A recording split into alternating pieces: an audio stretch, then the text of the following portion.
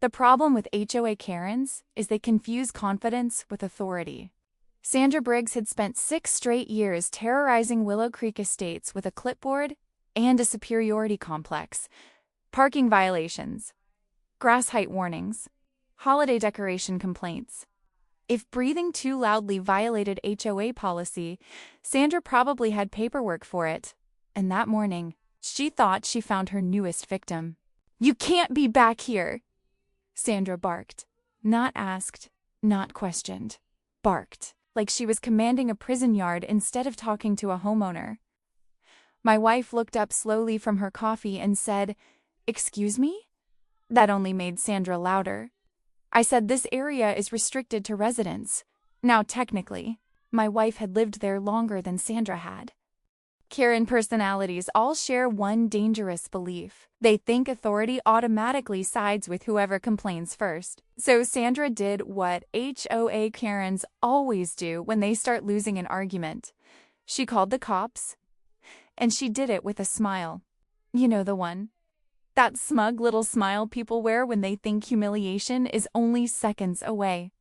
My wife never argued, never raised her voice, never explained who she was. That's the thing about people with real authority. They usually don't need to announce it. When the sheriff deputies arrived, Sandra practically sprinted toward them, pointing, talking fast, waving her clipboard like evidence in a murder trial. The deputies listened politely. Then one of them looked past Sandra and froze. My wife reached calmly into her back pocket, pulled out a leather credential wallet, and flipped it open. The gold badge flashed in the sunlight. One deputy immediately straightened his posture. "Sheriff." You could actually hear Sandra stop breathing for a second. Now, most reasonable people would apologize.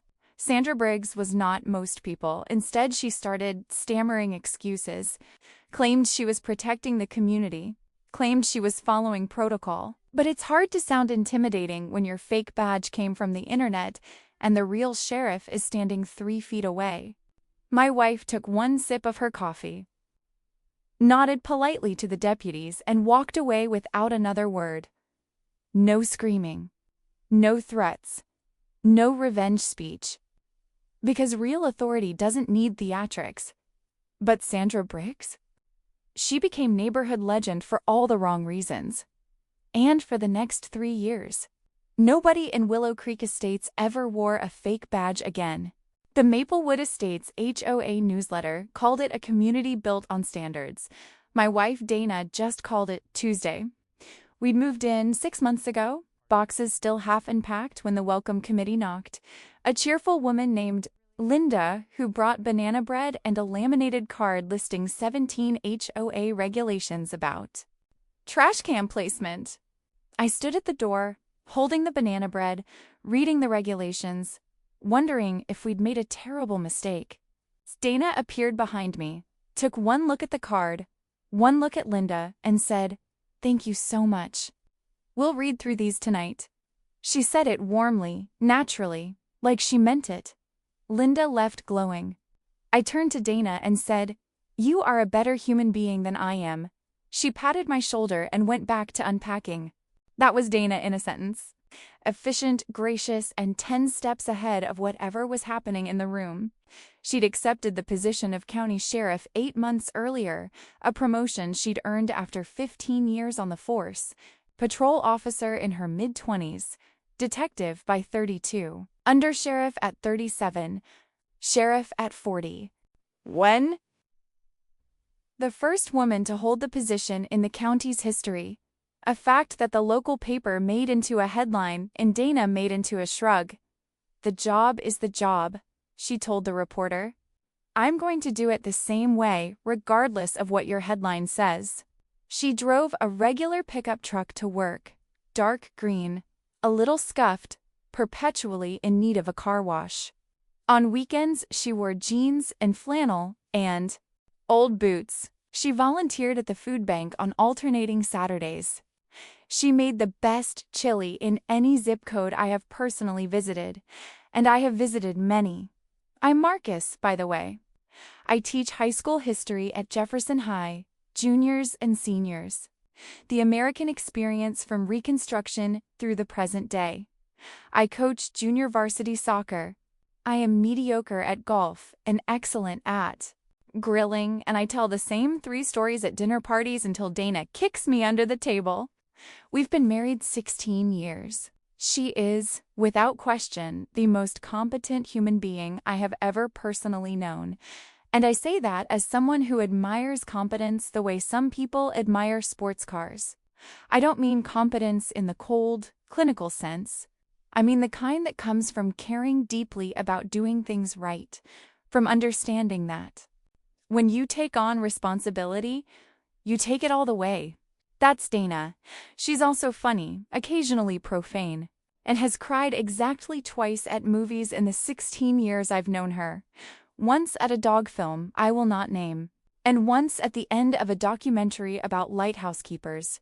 Make of that what you will. Maplewood Estates was a planned community. Brick walkways, mature oak trees, houses with front porches and actual lawns, and the kind of neighborhood where people knew each other's names, or most people's names. Dana had been here 6 months and already knew every neighbor within 4 blocks, because knowing the people around her was something she did automatically, the way a doctor takes in a room for signs of distress. We hadn't met Margaret Holloway yet. That would come later. And when it did, none of us would be ready for it, especially not Margaret. Looking back, I think the whole thing started the moment Margaret saw our moving truck and decided she didn't recognize us. That was how it always began with her, with not recognizing something. With seeing something outside her mental map of the neighborhood and deciding, without any further evidence, that it was a threat. If she'd just come over with banana bread, the whole story would have been different. But Margaret Holloway did not bring banana bread. Margaret Holloway brought rules. To understand Margaret Holloway, you have to understand what Maplewood Estates meant to her. She'd moved in 11 years ago, right after her divorce, into a house that was hers and hers alone for the first time in her adult life. She'd thrown herself into the neighborhood the way some people throw themselves into work or religion, with total commitment, with a sense of mission, with the quiet conviction that she had found the thing she was meant to do. She rose through the HOA board in 3 years, president in year 4.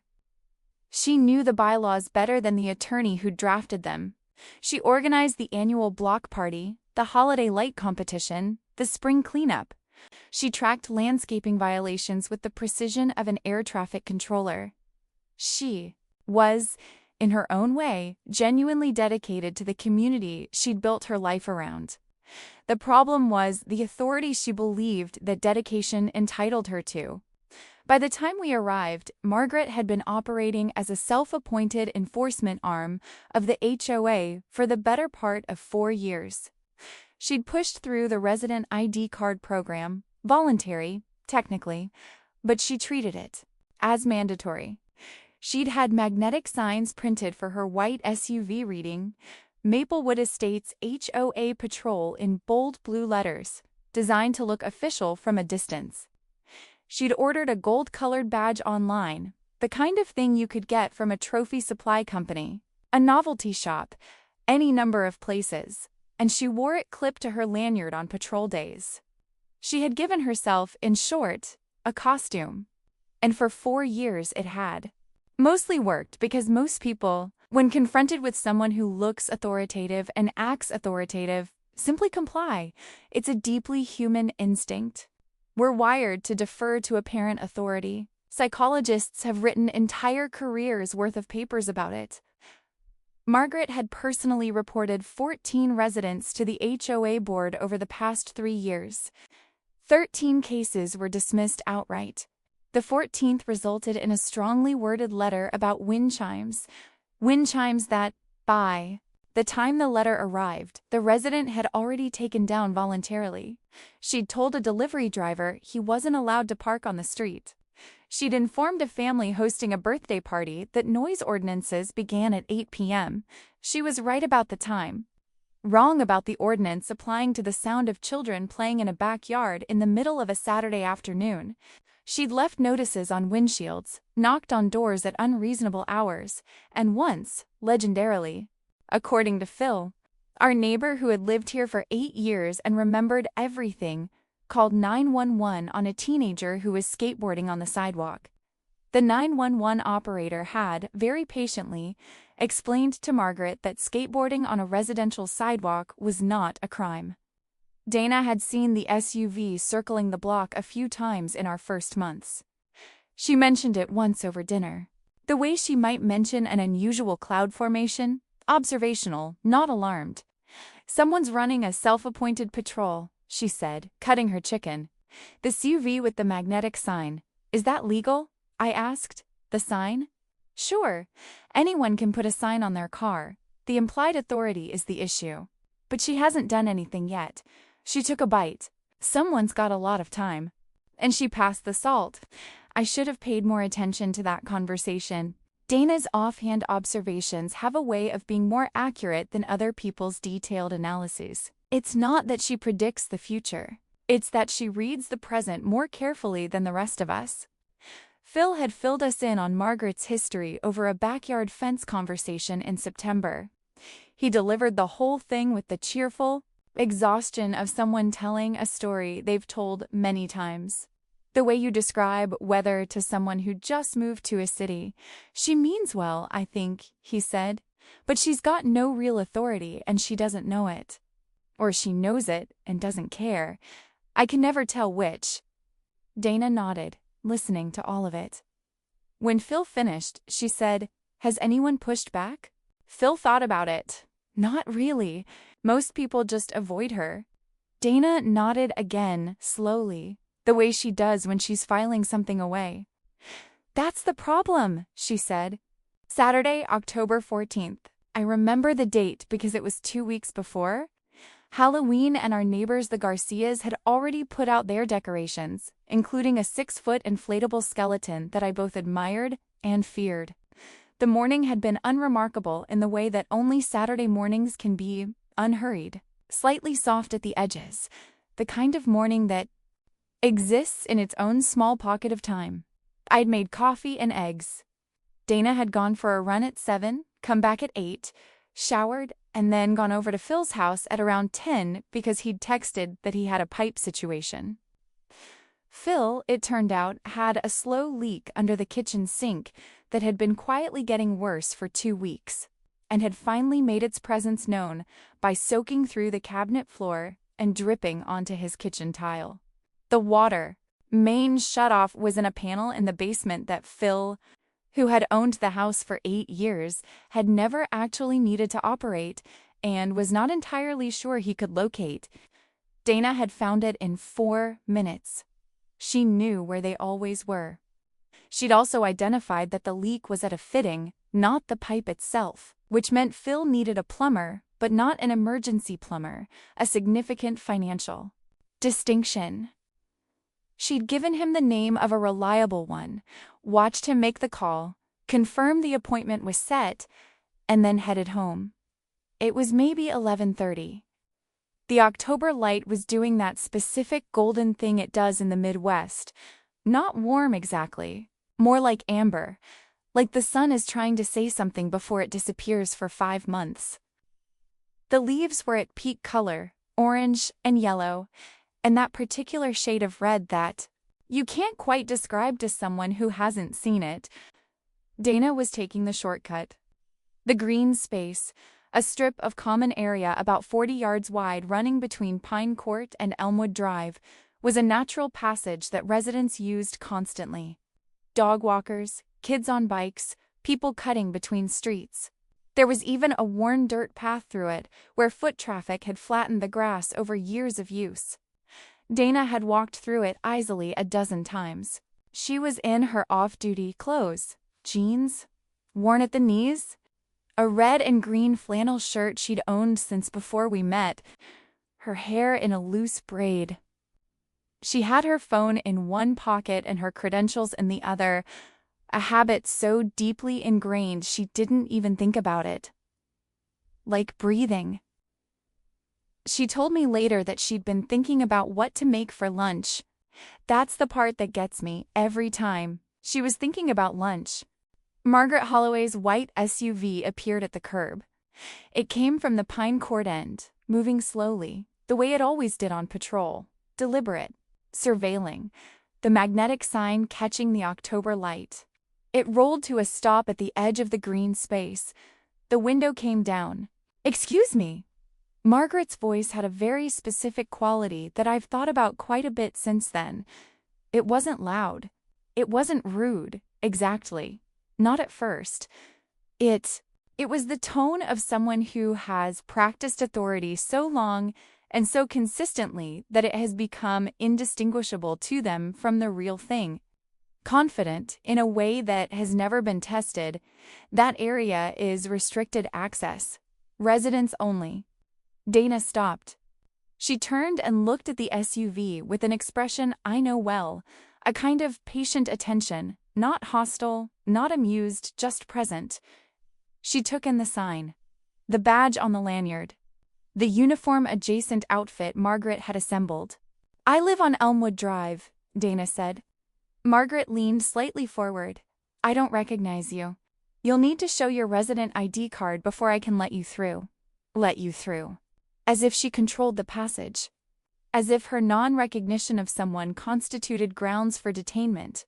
Dana looked at her evenly. "The ID program is voluntary. It's strongly encouraged," Margaret said. "And in situations like this, where I can't verify residency, it becomes necessary." Dana absorbed this. She thought about explaining in detail exactly why none of that sentence was accurate. Instead, she said simply, "I don't have mine on me," which was true. It was in a kitchen drawer somewhere, along with 17 other things we'd received in the mail and hadn't found a permanent home for. A beat of silence, the kind that has weight. Margaret Holloway got out of the SUV. She had the badge in her hand before her feet hit the ground. What happened next was captured on 2 doorbell cameras and 1 neighbor's phone. The first camera belonged to the Kowalski house on Pine Court, angled to cover their driveway and a wide arc of the street. The second was ours, on the corner of Elmwood, covering the front walk and a diagonal slice of the green space.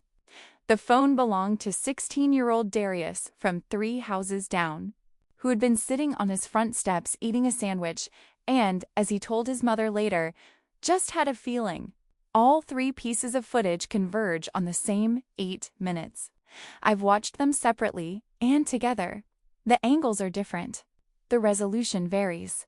But the essential truth of what happened is completely consistent across all 3. And what happened is this. Margaret stepped out of the SUV and held the badge up in front of her, at chest height. With both hands, the specific gesture of someone who has watched many police procedurals and absorbed their visual language. The badge itself was gold-colored, roughly shield-shaped, with the words Maplewood Estates, HOA, printed on it in raised lettering. It was approximately the same size as a law enforcement badge. It was, as I mentioned, the kind of thing available from novelty suppliers. She stood up straight. She took a breath. And in a clear, carrying voice, loud enough to be heard by anyone nearby with a window cracked, loud enough to be picked up by all 3 recording devices, she said, "Ma'am, I am placing you under citizen's arrest for trespassing on restricted HOA property. You need to come with me right now." There was a pause. I want to try to describe that pause accurately because it matters. It wasn't a shocked pause or a frightened pause or even an angry pause. Watching the footage, what you see on Dana's face in that moment is a very particular kind of stillness. The stillness of someone whose mind is moving quickly while their body stays completely calm. It's something I've seen before. It's what she looks like when something serious is happening and she's processing exactly how serious it is and exactly what to do about it. She looked at the badge, she looked at Margaret, she looked at the badge again. Later, days later, at our kitchen table over coffee, she told me what she was thinking in that pause. She ran through, she said, several options. She could explain calmly who she was. She could decline to engage and simply walk home. She could note the badge was not a law enforcement credential and explain why citizen's arrest did not apply here. She could call it in as a disturbance.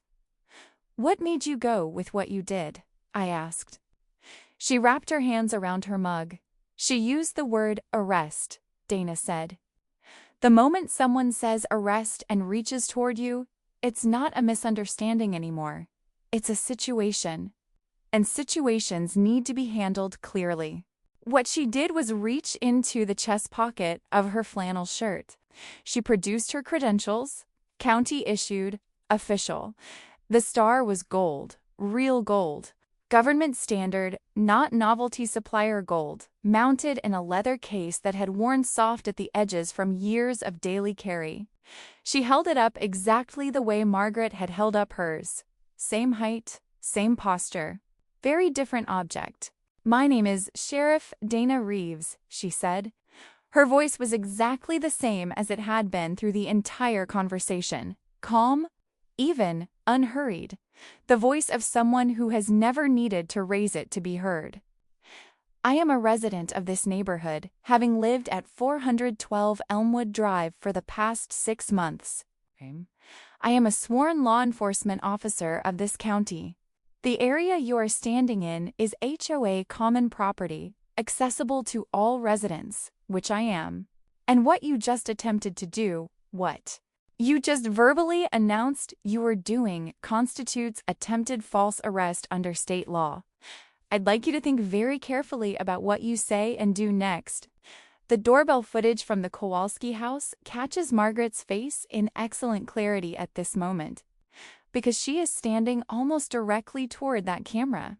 The confidence didn't drain from it gradually, the way it does when someone slowly realizes they're wrong. It evaporated instantaneously, the way water disappears on a hot pan, there and then simply not there. What replaced it was a complicated mixture of things. Shock, certainly, embarrassment, and something else. Something that took me a while to identify when I watched the footage. A specific kind of bewilderment that comes from having a system you've relied on for years suddenly reveal that it doesn't work the way you thought it did. The badge she was holding was still in her hand. She lowered it slowly, like it had gotten heavy. She said nothing for a moment. Then I was just... Dana waited. "I didn't realize you were..." Dana waited. Marguerite closed her mouth. She looked at the credentials. She looked at Dana. She looked at the credentials again. "I see," she said finally. 2 words. The smallest possible acknowledgement that the ground she'd been standing on was not, had never been, solid. Within 4 minutes, 3 neighbors had come outside. Not because anyone called them. Not because there was shouting. There wasn't. October in a quiet suburb has a particular acoustic quality. Sound travels differently than in summer, when air conditioners and open sprinklers fill in all the gaps. Windows were cracked. The world was quiet, and Margaret's announcement had been made in a voice designed to carry. Phil came out first. He appeared on his front porch with his coffee mug, the one that says "World's Okayest Neighbor," which Dana had given him as a housewarming gift approximately 2 weeks after we arrived, and stood there in his weekend clothes, reading the situation with the practiced attention of someone who had watched Margaret's patrols for 8 years and had a comprehensive understanding of what her public appearances usually looked like versus what this looked like. This looked different, he could tell immediately. Mrs. Oduya from directly across Elmwood came next. She'd been mid-walk with her golden retriever, Biscuit, and had stopped at the edge of the green space. Biscuit sitting perfectly beside her, both of them watching with the same calm, alert expression. And then the Perez kids, 12-year-old Valentina and 10-year-old. Marco froze on their bikes at the Pine Court end, feet down, handles gripped, not going anywhere. Dana was aware of all of them. She is always aware of everyone in a space. It's not something she turns on and off. Margaret attempted recovery. She made 3 distinct attempts, and I want to describe each one accurately because they form a kind of progression. A. Map of someone moving through stages of justification towards something that might eventually, if she got there, resemble accountability. Recovery attempt 1. I didn't know who you were. Dana's response was patient and precise. That's not the relevant question. You don't need to know who someone is to respect their rights.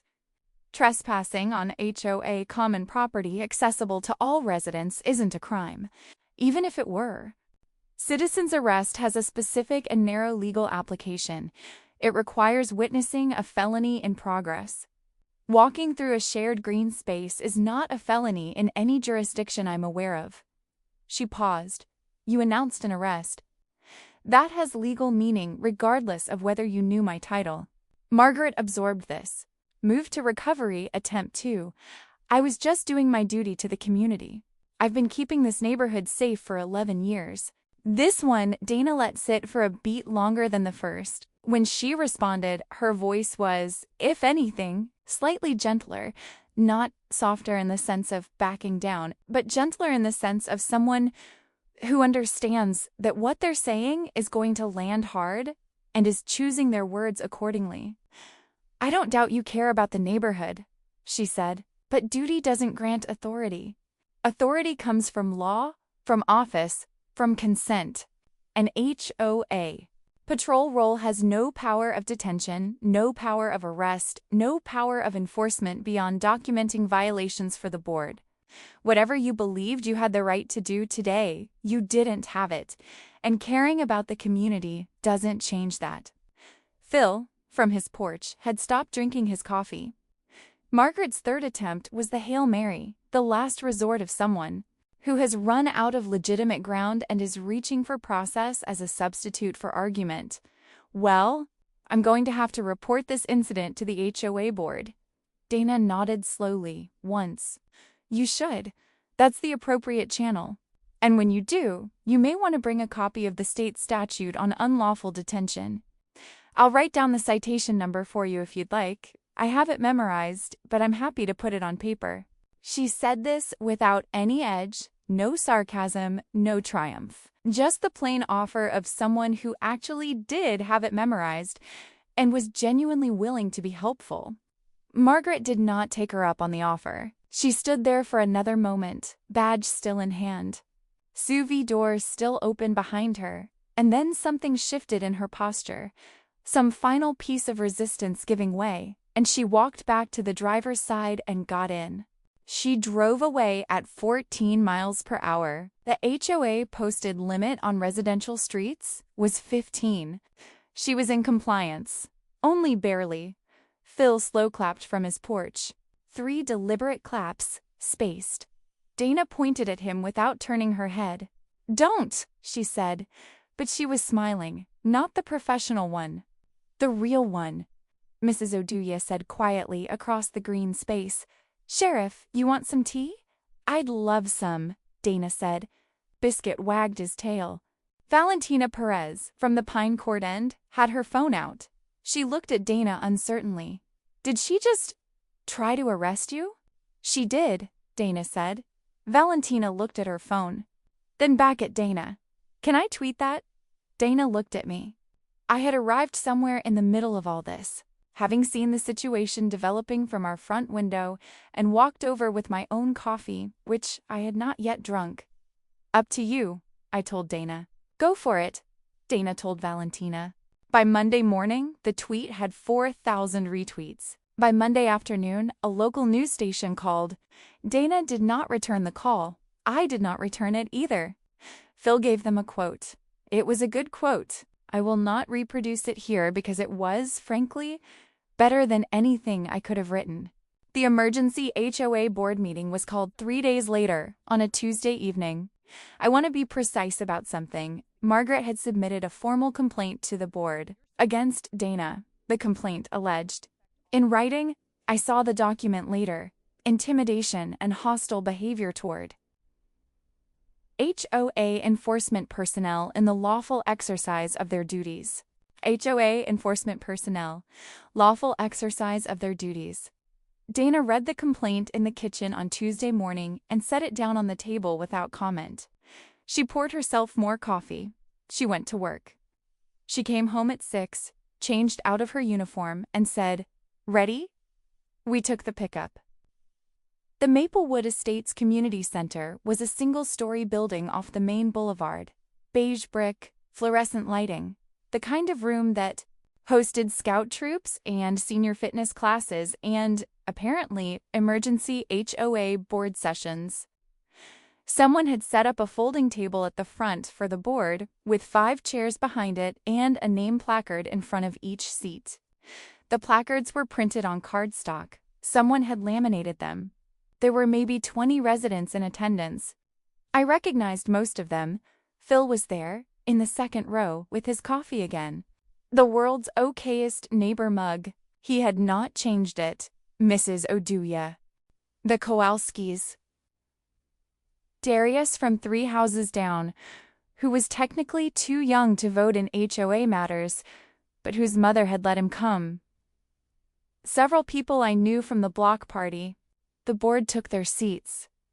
Chairwoman Gloria presided, a retired school teacher in her late 60s with reading glasses on a beaded chain and the kind of patient authority that comes from having managed classrooms of 32 adolescents for 3 decades. Real authority, the kind that doesn't need a badge. Gloria called the meeting to order. She went through the procedural items with efficient grace and then introduced the complaint. Margaret presented her case. She spoke for 9 minutes. I counted because I teach teenagers and I have a finely calibrated internal clock for extended monologue. She used the phrase, "I felt threatened," 4 times. She produced a printed copy of the HOA bylaws, flagged at 6 different pages with post-it notes. She referenced her 11 years of community service twice. She described the incident in the green space from her perspective, a narrative in which she was conducting a routine residency verification, and had been subjected to what she called aggressive badge flashing and legal threats by a woman who turned out to be law enforcement. Turned out to be, as if Dana's being the county sheriff was an ambush, as if the relevant failure was Margaret's lack of information rather than her action. One board member, a man named Henderson, who sold insurance and had the careful manner of someone who assessed risk for a living, raised his hand during Margaret's presentation.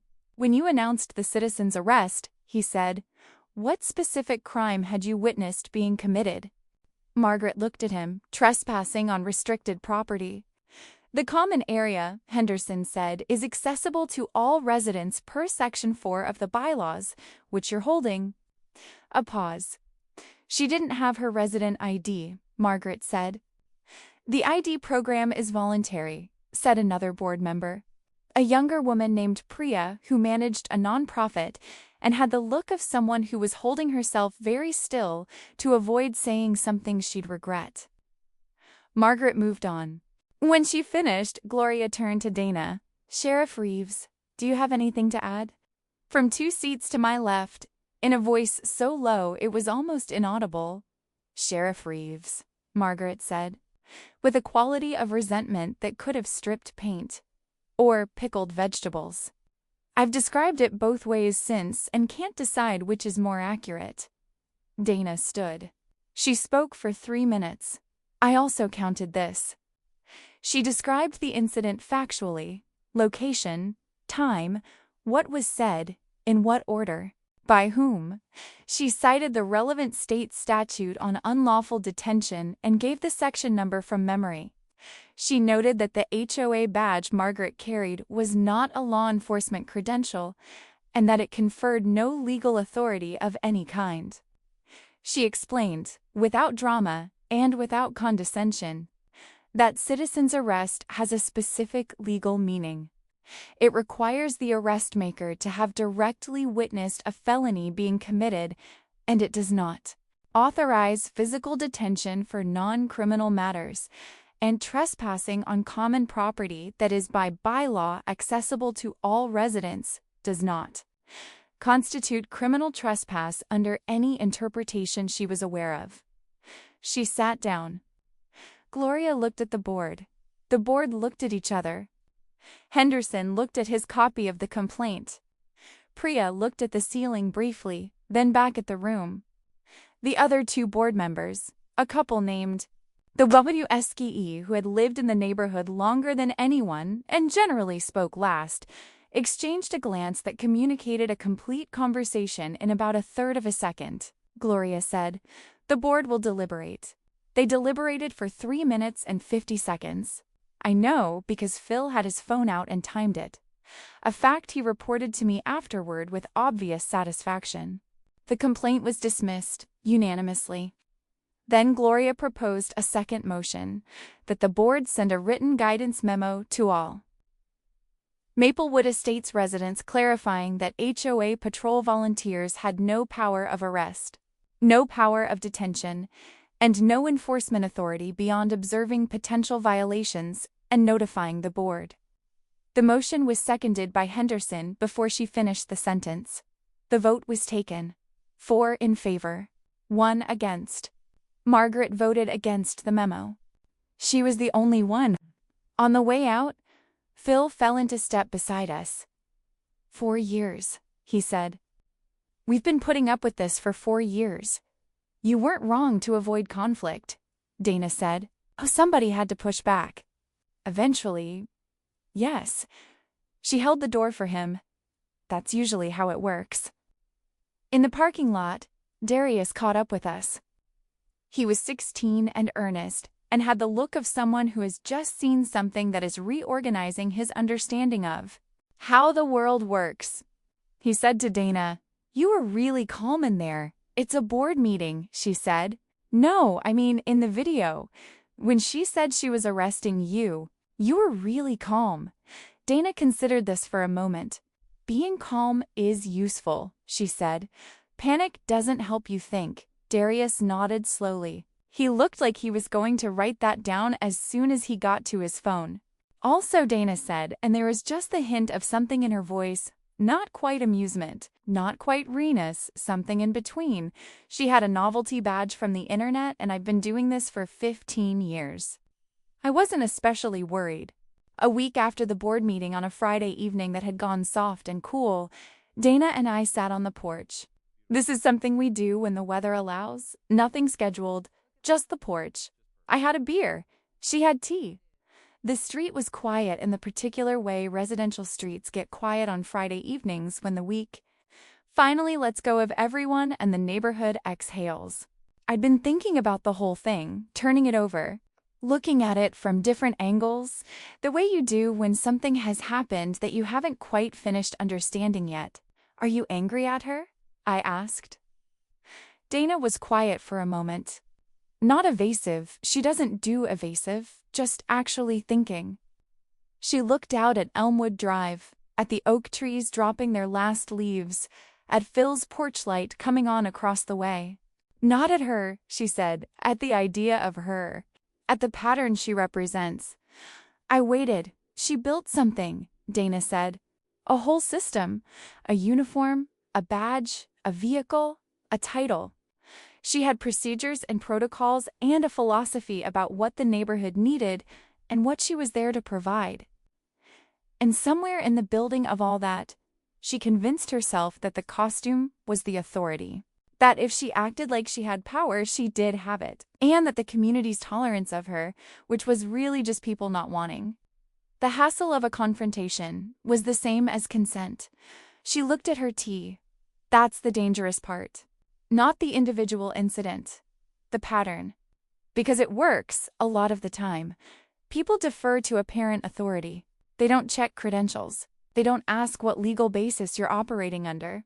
They just comply because compliance is easier than challenge, and most of the time the stakes are low enough that it doesn't matter. She paused. Until it does. I thought about that. She did some real things, though. Organized block parties. Spring cleanup. She actually showed up. Yes, Dana said. That's what makes it complicated. She wasn't just performing. She genuinely cared. She invested real time and real energy. And I think somewhere in there, She concluded that the caring entitled her to the authority, that her investment in the place gave her the right to control it. She shook her head slightly. It doesn't. Those are different things. You can care deeply about something and still have no legitimate authority over it. A car rolled past on Elmwood, the Garcias, coming home from somewhere, waving as they turned into their driveway. Dana waved back. "Real authority is a burden," she said after a moment. "I don't say that to sound noble. I mean it practically. When you have actual authority, legal, institutional, accountable authority, you answer for it. Every decision you make under it is a decision you can be held to. There are consequences for errors. There are oversight structures. There are people whose job it is to check your work. That weight is not optional. It's part of what makes the authority legitimate." She looked at me. What Margaret had was none of that. She had a sign and a badge and 11 years of habit and a neighborhood that had been going along with it long enough that she'd mistaken the going along for endorsement. She had volume. She had persistence. She had costume. But there was no accountability underneath any of it, and no one had ever required any. "Unto you," I said. Dana was quiet for a moment. "Until the situation required it," she said. "I didn't go looking for it. I was thinking about lunch." I laughed. She almost did. The porch light came on automatically, the sensor Dana had installed in the second week after we moved in, because the previous owners had left the fixture but not the bulb, and she'd found a specific LED with a color temperature she preferred and had replaced it herself on a Tuesday evening. Like it was a completely normal thing to do, which, for her, it was. "What do you think she'll do now?" I asked. Dana considered. "I think she'll stay involved. She genuinely loves this neighborhood. She might pull back the patrol for a while, or she might not. But I think the board meeting mattered, not just because she lost, but because it was documented. It's part of the record now, and having something in the record changes the dynamic. You think she learned something?" Another pause. Longer this time. "I think she experienced something," Dana said carefully. "Whether she learned from it depends on whether she's the kind of person who can distinguish between humiliation and correction. Those feel similar from the inside, but they lead to different places." I thought about that sentence for quite a while afterward. "You know," I said, "eventually, Phil made a mug." Dana looked at me. "He made a mug. For you. It says Sheriff of Elmwood Drive. Block letters. He's planning to give it to you at Christmas. He told me. He showed me a photo. He was very proud of it." Dana looked out at the street for a moment. Then she turned back to me. "I will absolutely pretend to be surprised," she said. And she smiled. "The real one, not the public one, not the professional one, not the one that says, everything is handled and I am in control and there is no cause for alarm. The one that only comes out at home, on the porch, in the evening, when the week is over and the neighborhood is quiet and the porch light is the right color temperature and the person next to her is, after 16 years, still the person she chose." I thought, as I often do in moments like that I was a very lucky man. The leaves were almost gone from the oaks now. By next week, they'd be bare and the sky would start doing that winter thing where it goes low and gray and close. The kind of sky that makes the houses and the porch lights and the lit windows of neighbors matter more than they do in other seasons. Some people move through the world, collecting authority like its currency, badges and titles and signs on vehicles, the visible symbols of power, accumulated as proof of significance. They confuse the symbol for the thing. They mistake the costume for the office. And when the costume fails them, when someone declines to be impressed, when the real thing shows up and the difference becomes visible and undeniable, they experience it as an injustice rather than a correction. Others carry authority the way Dana carries hers, quietly, as a responsibility rather than a reward.